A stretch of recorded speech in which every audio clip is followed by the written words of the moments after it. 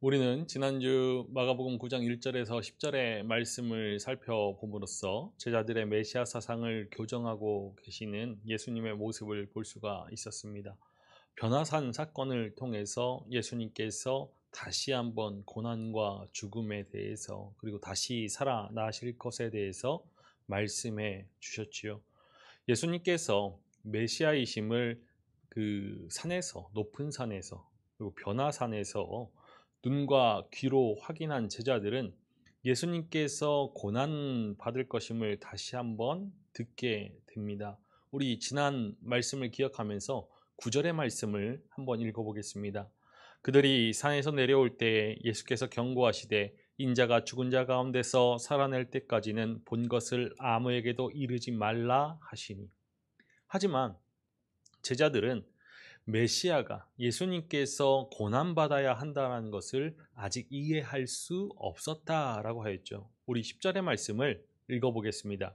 그들이 이 말씀을 마음에 두며 서로 문의하되 죽은 자 가운데서 살아나는 것이 무엇일까 하고, 메시아가 고난받고 다시 살아나신다, 부활하신다라는 이 사상을 제자들이 쉽사리 받아들일 수 없었던 이유 중에 하나는 당시 서기관들의 가르침 때문이었죠. 당시 서기관들은, 율법학자들은 엘리야가 먼저 와야 한다라고 가르쳤습니다. 우리 오늘 말씀 11절의 말씀을 읽어보겠습니다. 이에 예수께 묻자와 이르되 어찌하여 서기관들이 엘리야가 먼저 와야 하리라 하나이까? 이 서기관들의 가르침, 율법학자들의 가르침은 예수님의 가르침과 모순되게 보였을 것입니다. 왜냐? 엘리야가 먼저 와서 길을 예비한다라면은 그 뒤에 오는 메시아가 고난받을 이유가 없기 때문이죠.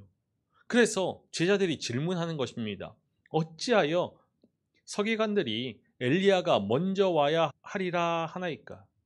예수님의 고난과 부활을 언급으로 당혹스러워하는 제자들이 서기관들이 말한 바 엘리야가 오는 것에 대해서 질문한 것은 논리적으로 타당한 순서이지요.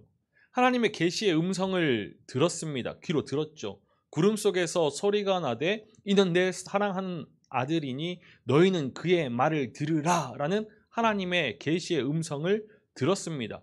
그리고 예수님이 변화하심을 베드로와 야고보, 요한이 그들 앞에서 변형되사 그 옷이 광채가 나며 세상에서 빨래하는 자가 그렇게 할 수 없을 만큼 매우 희어짐을 보았습니다.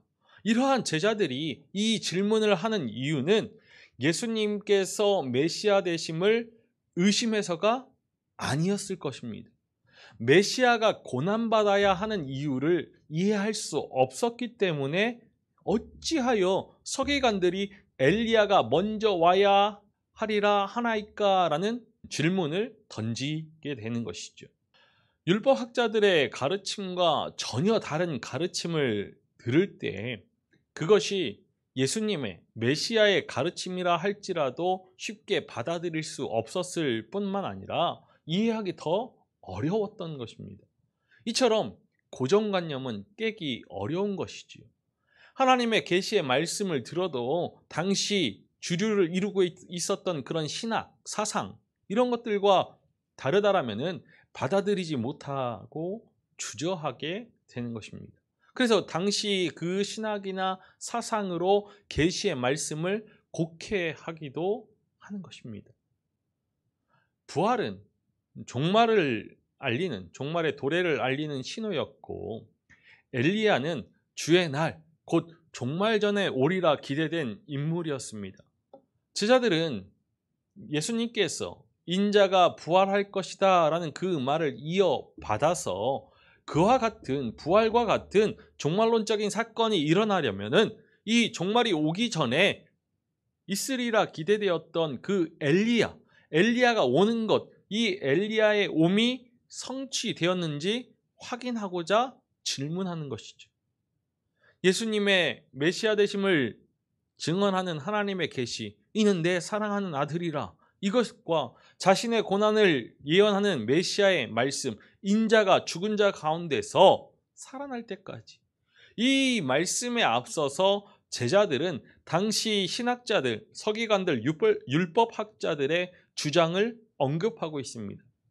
하나님과 메시아 앞에 당시 신학자들, 그들은 한낱 인간에 불과한 것이죠. 그럼에도 불구하고 제자들이 그들의 주장을 가지고 와서 그 주장을 언급하는 것은 그들의 주장이 하나님의 말씀인 구약 성경에 토대하고 있기 때문입니다. 변함이 없는 그런 구약 성경의 그 말씀에 토대한 율법학자들, 서기관들의 주장과 하나님의 계시의 음성이 서로 모순된다라면 무엇을 택하여야 합니까? 기록된 말씀일까요? 아니면 계시된 음성일까요? 이 둘 중에 어느 것을 택해야 할지 고민되는 문제일 것입니다. 이러한 문제에 봉착한 제자들에게 예수님께서 말라기 4장의 말씀을 변형하여서 역질문을 하시고 계시죠. 우리 마가복음 9장 12절 상반절의 말씀만 읽어보겠습니다. 이르시되 엘리야가 과연 먼저 와서 모든 것을 회복하거니와. 엘리야가 먼저 와서 모든 것을 회복한다고? 라는 의문문입니다. 공동번역 성경, 새번역 성경, 개역 개정 성경은 이 문장을 평서문으로 번역하여서 이 본문의 흐름을 놓치게 합니다. 그런데 오늘 이 말씀은 의심을 제기하는 수사적인 의문문으로 읽을 때 뒤 이어 나오는 후반절에 나오는 의문문 문장과 논리적으로 연결되게 되는 것이죠. 이 말씀에 담긴 논리는 어떤 명제가 참임을 증명하기 위하여서 그 명제의 부정이 거짓임을 가정하고 그 모순을 도출하는 규律법을 사용하고 있습니다. 첫 번째로 명제는 이것이죠. 엘리야가 모든 것을 회복한다. 그러면 이 명제에 도출되는 또 다른 명제는 이것입니다. 엘리야가 모든 것을 회복한다라면은 인자가 고난받지 않는다. 그러면 이것을 부정한다라면은 구약 성경은 인자는 많은 고난을 받고 멸시를 당해야 한다라고 기록한다. 그러므로 엘리야가 모든 것을 회복한다라는 것은 받아들일 수 없다. 이것을 이야기하는 것입니다. 수사적인 의문문으로 읽어서 12절의 말씀을 이해해 보아야 하는 것이죠. 예수님께서 엘리야가 먼저 와서 모든 것을 회복한다고 라고 질문하시는 것은 종말 전에 엘리야가 오리라는 그런 서기관들의 가르침을 반박하기 위해서라고 볼 수 없습니다. 왜냐? 뒤 이어서 13절에 예수님 역시 엘리야가 참으로 왔다라고 인정하시기 때문이죠. 예수님이 수사적인 그 질문을 하신 의도는 다른 데 있고 그 의도는 이중적인 의도를 지니고 있음을 우리가 한번 생각해 보아야 합니다. 엘리야가 먼저 와서 모든 것을 회복하는 것이 맞느냐라는 이 질문에 대한 의도를 생각해 보고자 합니다. 첫 번째로 말라기에서 가족 구성원 그리고 이스라엘, 가족 구성원에서 확대하여서 이스라엘, 이 이스라엘의 화해가 엘리야의 회복적인 사역이라고 하지만 예수님은 이 엘리야의 회복의 영역을 모든 것이라고 표현하고 계십니다. 기록된 말씀에 토대한 서기관들의 주장 그리고 새로운 계시의 말씀이 이 모순 앞에 다한 제자들에게 예수님께서는 기록된 말씀에 토대하여서 대답하여 주시죠. 서기관들의 주장은 기록된 말씀에 토대한 듯하지만 잘못된 해석을 담고 있습니다. 그리고 기록된 말씀에 모순되고 있죠. 잘못된 해석이 무엇이냐? 엘리야가 모든 것을 회복한다. 이것이 잘못된 해석이죠. 엘리야가 먼저 온다. 종말 전에 주의 날에 엘리야가 먼저 온다라는 것은 부정되고 있지 않지만 인정되지만 그가 모든 것을 회복한다라는 것은 구약 성경에 기록된 말씀에 근거하지 않습니다. 엘리야가 이스라엘을 회복한다. 이것은 엘리야가 야곱의 지파를 회복한다라는 구약의 외경, 집회서에 기록되어져 있는 그런 전승에 의해서 반영된 것입니다. 서기관들은 이러한 전승에 토대하여서 엘리야가 모든 것을 회복한다라고 주장하였겠지만, 그러한 주장은 구약 성경에, 엄밀히 말해서 구약 성경 정경에서는 토대된 것이 아니라는 것이죠.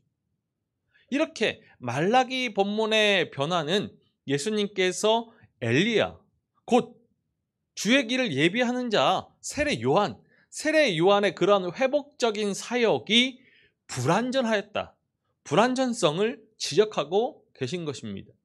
그것은 12절 후반부와 관련해서 더욱 명확히 우리가 알 수 있는데, 예수님께서 어찌 인자에 대하여 기록하기를 많은 고난을 받고 멸시를 당하리라 하였느냐라고 말씀하신 의도, 그것은 만일 엘리야로서 세례 요한의 사역이 성공했다라면은, 완전하였다라면은, 말라기 선지자가 말한 대로 이스라엘의 가족 그리고 사회 구성원의 그런 사이에는 회복, 평화가 있었을 것이고, 그 결과 인자의 고난과 멸시도 없었을 것이라고 주장하시는 것에 있죠. 인자의 고난, 멸시는 세례 요한의 그러한 불완전한 사역에 따른 불가피한 운명으로만 보시지는 않습니다. 왜냐? 앞서서 세례 요한이 참수형 당할 때 마가복음에서 보여주는 것처럼 엘리야의 그런 사역의 실패와 그리고 뒤따르는 인자의 고난, 인자의 죽음이 이 성경 말씀에 기록되어져 있다라고 말씀하고 계시기 때문이죠. 인자의 고난, 인자의 멸시는 신적 필연성 가운데 진행되는 일이다라는 것이 예수님이 가지신 근본적인 믿음입니다. 두 번째로 생각해 볼 것은, 예수님께서 12절 말씀에서 엘리야, 곧 세례 요한의 그 사역의 불완전성을 지적함과 동시에 인자의 고난, 인자의 멸시를 언급하신 이유는 세례 요한에 의해 시작됐지만 그 완성에는 도달치 못한 이 종말론적인 회복이 인자 예수 그리스도 메시아의 사역을 통하여서 절정에 도달할 것이라는 것을 주장하시고자 하시는 것입니다. 만일 이 예수님의 마음, 이 예수님의 의도를 우리가 파악하지 못한다라면은 세례 요한의 사역이 불완전하게 끝났다라는 것, 그리고 인자가 고난과 멸시를 받았다라는 것, 이것이 신적 필연성 가운데 있다라는 이 사실들을, 정보들을 병렬시킬 수 없을 것입니다. 예수님께서 인자가 고난받는 것, 그것은 세례 요한의 그 사역이 온전히 이루어지지 못하였기 때문이다라고 주장하기만을 원하셨다라고 보는 것은 너무도 단편적인 해석이죠. 오히려 종말론적인 운동을 시작했지만 완성하지 못한 이 세례 요한의 사역은 오직 인자 메시아의 고난으로만 완성될 수 있을 것이다 라고 예수님께서 판단하셨다라고 보는 것이 훨씬 더 타당한 해석입니다. 그리고 인자의 고난과 인자의 멸시가 성경에 기록되어 있다라는 주장은, 그러니까 종말론적 회복이 완성되는 길, 종말론적인 회복, 새 출애굽이 완성되는 그 길로서 인자의 고난, 인자의 멸시가 가지고 있는 그런 신적 당위성을 주장하기 위해서이죠. 그렇다면 어찌 인자에 대하여 기록하기를 많은 고난을 받고 멸시를 당하리라 하였느냐라는 이 말씀을 하셨을 때 염두에 두신 성경의 말씀, 그 토대가 되는 말씀은 아마도 다니엘 7장의 말씀과 이사야 53장의 말씀, 이 두 말씀의 혼합일 것입니다. 우리 다니엘 7장 13절의 말씀을 보겠습니다. 내가 또 밤 환상 중에 보니 인자 같은 이가 하늘 구름을 타고 와서 옛적부터 항상 계신 이에게 나아가 그 앞으로 인도되매 우리 이어서 이사야 53장 3절의 말씀을 읽어보겠습니다. 그는 멸시를 받아 사람들에게 버림받았으며 간고를 많이 겪었으며 질고를 아는 자라. 마치 사람들이 그에게서 얼굴을 가리는 것 같이 멸시를 당하였고 우리도 그를 귀히 여기지 아니하였도다. 그러니까 메시아가 고난받는다, 인자가 고난받는다라는 이 새로운 계시는 구약 성경의 말씀에 부합되며 엘리야가 모든 것을 회복함으로 메시아가 고난받지 않는다? 이것은 구약 성경에 위배된다라는 것을 말씀해 주시는 것이죠. 예수님의 자기 칭호로서 인자는 앞서 우리가 읽은 다니엘 7장 13절의 말씀을 배경으로 하고 그가 받아야 하는 고난과 멸시는 이사야 53장의 말씀에 부합되고 또한 그 앞서 52장의 여호와의 종, 고난받는 종의 운명을 우리가 떠올리게 합니다. 이사야 53장에 고난받는 여호와의 종 그리고 고난받는 인자 이 사이의 주제적인 유사성은 예수님께서 염두에 두신 본문이 이 이사야 53장이었을 개연성이 크죠. 마가복음은 계속해서 이 이사야 53장을 토대로 하여서 고난받는 메시아, 고난받는 인자에 대해서 계속해서 언급해 주는 것을 우리가 기억하고 있습니다. 인자 대신 예수님은 이사야가 말한 그 여호와의 종의 길을 친히 걸어가심으로써 세례 요한에 의해서 긍정적으로 또는 부정적으로 준비된 그 종말을 도래케 하시는, 절정에 이르게 하시는 분이시죠. 달리 말하면 세례 요한이 모든 것을 회복하지 못하여서 그 사람들의 마음이 여전히 완고되어져 있어서 그 뒤에 온 인자가 사람들로부터 고난을 받아 죽음을 겪을 수밖에 없었지만 인자는 메시아 예수 그리스도는 오히려 그 고난과 죽음의 길을 곧 이사야가 말한 종의 길을 자신의 소명으로 여겨서 그 길을 걸어 가심으로 종말을 가져오신 분입니다. 이것을 예수님은 수사적인 의문문으로 질문을 던져서 제자들에게 깨닫게 하고 계신 것이죠. 오늘 단락의 끝인 13절의 말씀은 그러나로 시작되고 있죠. 우리 마가복음 9장 13절 상반절의 말씀을 읽어보겠습니다. 그러나 내가 너희에게 이르노니 엘리야가 왔으되. 이런 역접 접속사 그러나를 사용하는 것은 앞서 12절 말씀이 주는 그 정보가 일으킬 수 있는 기대, 그 기대에 반하는 주장을 하시기 위해서죠. 12절 말씀에서 엘리야가 과연 먼저 와서 모든 것을 회복하였느냐? 어찌 인자에 대하여 기록하기를 많은 고난을 받고 멸시를 당하리라 하였느냐? 이어서 이 질문에 이어서 나오는 이야기는 마치 엘리야가 오지 않았다라는 생각을 하게끔 합니다. 그런 오해를 불러 일으키게 되죠. 더군다나 제자들은 이미 앞서서 11절에서 인자의 부활이 있을 것이라는 예수님의 그 가르침을 이해하지 못한 채 종말이 오기 전에 엘리야가 와야 하지 않느냐라는 질문을 하였습니다. 제자들의 질문은 엘리야가 오지 않았기 때문에 이제 종말이 시작되지 않았고 아직 종말이 시작되지 않았고 그 결과 부활은 인자의 부활은 지금 시대에서 일어날 수 없는 일이라고 논리적으로 생각하고 있다는 것이죠. 하지만 예수님은 이러한 제자들의 무지 그리고 잠재적인 오해 이것과는 다르게 엘리야 역시 왔소 라고 선언합니다. 엘리야가 왔으되. 공동번역에서는 엘리야는 벌써 왔었고 라고 전해주죠. 여기에서 엘리야가 왔으되라는 이 단어에서 그가 와 있다. 완료 시제로 표현되어져 있습니다. 그리고 우리가 가진 개역 성경에 기록되어져 있지 않지만 공동번역 성경에서는 벌써라는 말로 그런데 이제 우리가 해석할 때는 또 역시라는 단어로도 해석이 되는데 강조형 부사가 기록되어져 있죠. 이렇게 완료형, 시제로, 강조형, 부사가 함께 이 두 강조형은 엘리야가 왔다라는 것.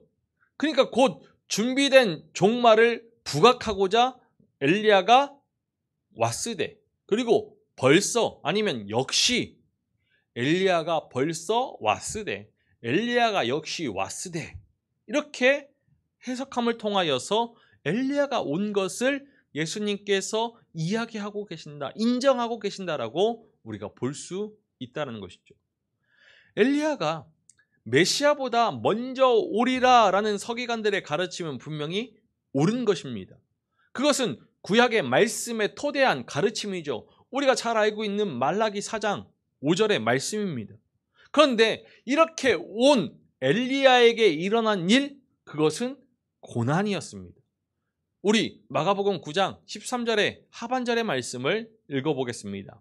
기록된 바와 같이 사람들이 함부로 대우하였느니라 하시니라. 사람들이 마음대로 그에게 행하였소라고 말씀합니다. 앞서 엘리야가 와서 모든 것을 회복시키고 있다라는 그 사실에 의문을 제기하신 이후에 이제 엘리야에게 일어난 일은 인자와 마찬가지로 고난받는 일이었다라고 말씀하시죠. 그리고 엘리야의 고난 역시 인자와 마찬가지로 성경에 기록되었다, 기록된 바와 같이라고 말씀하시면서 그 토대를 말씀에 두고 계십니다. 그러니까 엘리야가 고난받지 않으리라 라는 가르침은 잘못된 것이죠.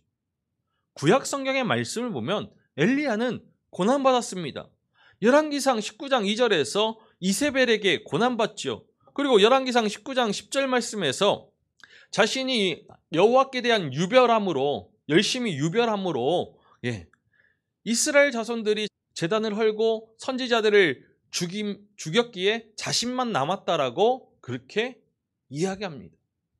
그런데 문제는 주의 날 전에 엘리야가 와서 고난받을 것이다 라는 본문은 없다는 거죠. 엘리야 선지자는 분명히 고난을 받았습니다. 그런데 이제 주의 날 전에 오리라 예언된 엘리야가 고난받았다, 고난받았다라는 이 말씀은 없다라는 것입니다. 오히려 인자의 고난과 마찬가지로 특정 본문 하나보다는 여러 성경을 종합적으로 가리킨다라고 우리가 해석해 보아야 합니다. 구약 성경의 말씀은 선지자들이 고난받고 때로는 죽임까지 당하는 그 기록들을 반복적으로 우리에게 소개하고 있죠.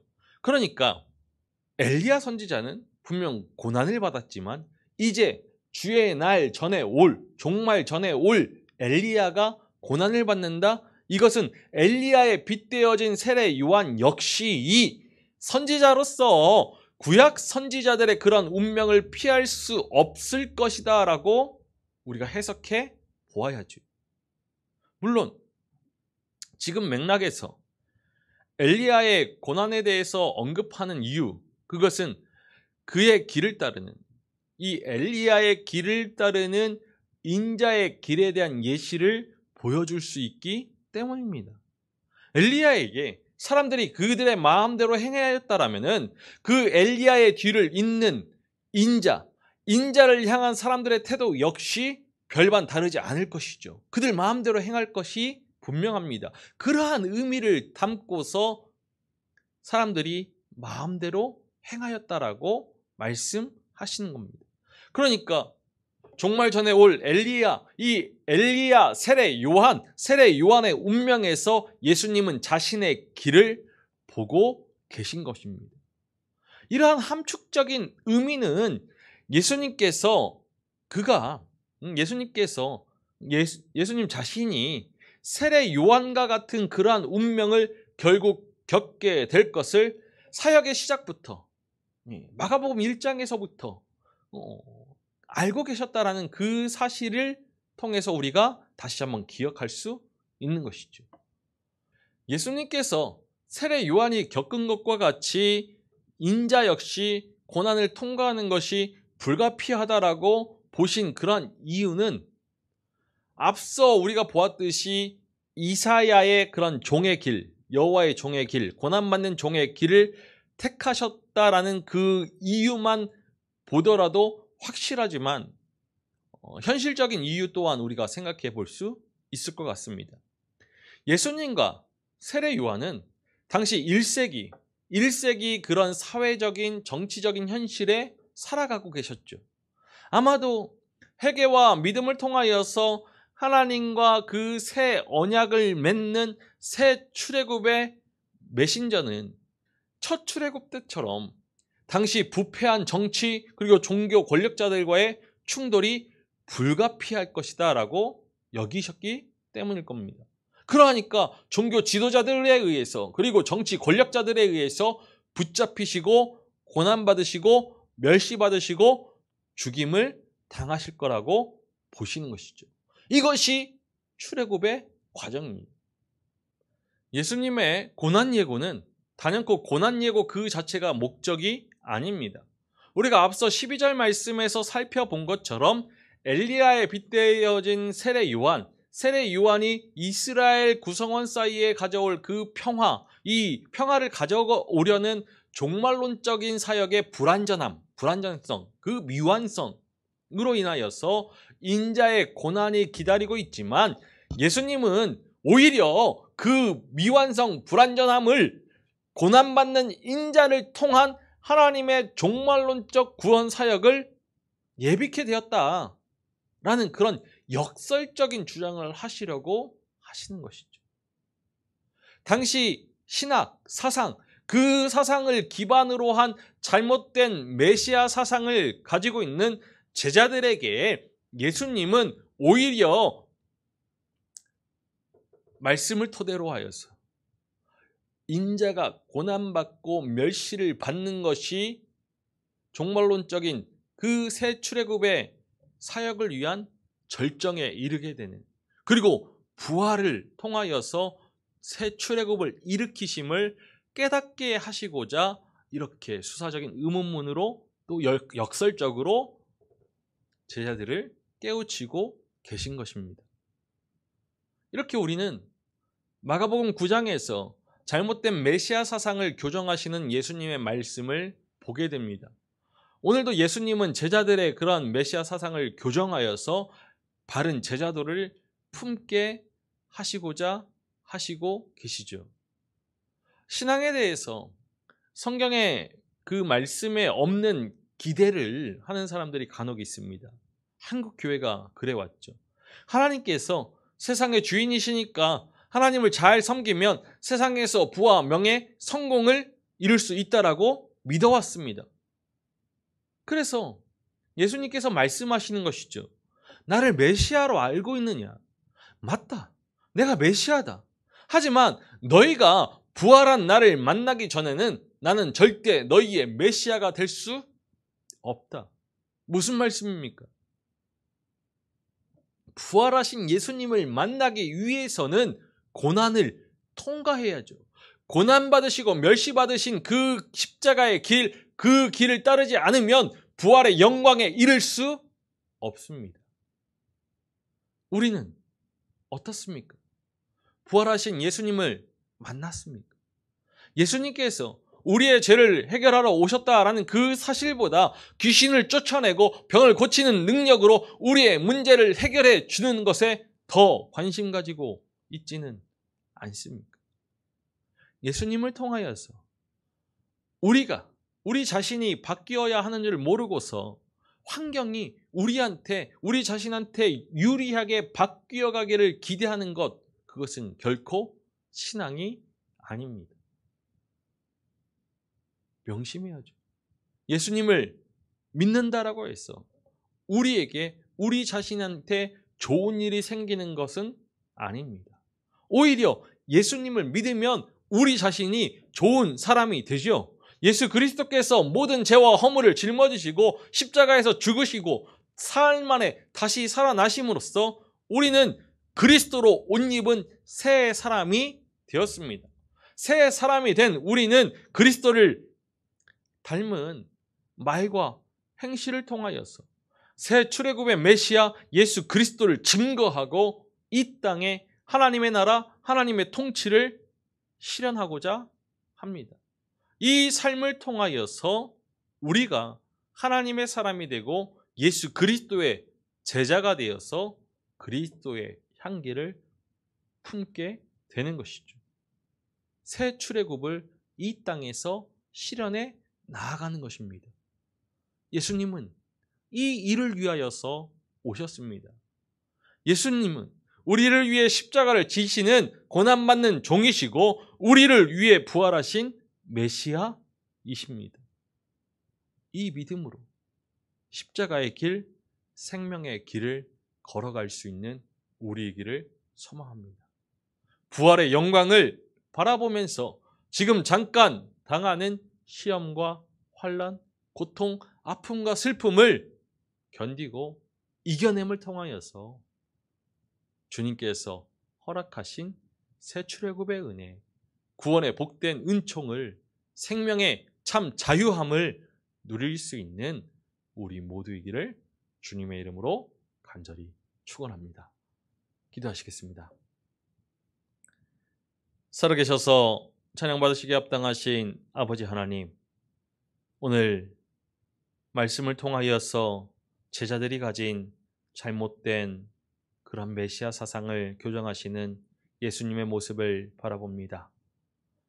엘리야가 먼저 와서 주님의 길을 예비함을 통하여서 주님께서 이 땅에 오셨고 이 땅에서 고난받으시는 여호와의 종으로 그 고난과 멸시를 감내하심을 통하여서 십자가에 죽으시고 다시 살아나신 우리 주 예수 그리스도로 주님께서 우리에게 오셨음을 믿습니다. 주님이 받으신 그 고난, 주님이 받으신 그 멸시를 바라보면서 우리 또한 부활의 영광을 소망하며 지금 이 시간 경험하는 아픔과 눈물, 슬픔과 고통을 감내하면서 십자가의 길을, 생명의 길을 오롯이 걸어가게 하여 주옵소서. 주님을 인하여서 세상의 명예와 부와 성공을 원하는 것이 아니라 우리에게 주신 참 자유와 참 생명의 은총에 감사하면서 그리스도를 닮은 입술과 그리스도를 닮은 손과 발이 되어서 이 땅에 하나님의 통치를 실현하고 새 출애굽의 역사를 일으킬 수 있는 하나님의 사람이 되게 하여 주옵소서. 감사를 드리며 우리 주 예수 그리스도의 이름으로 기도하옵나이다. 아멘.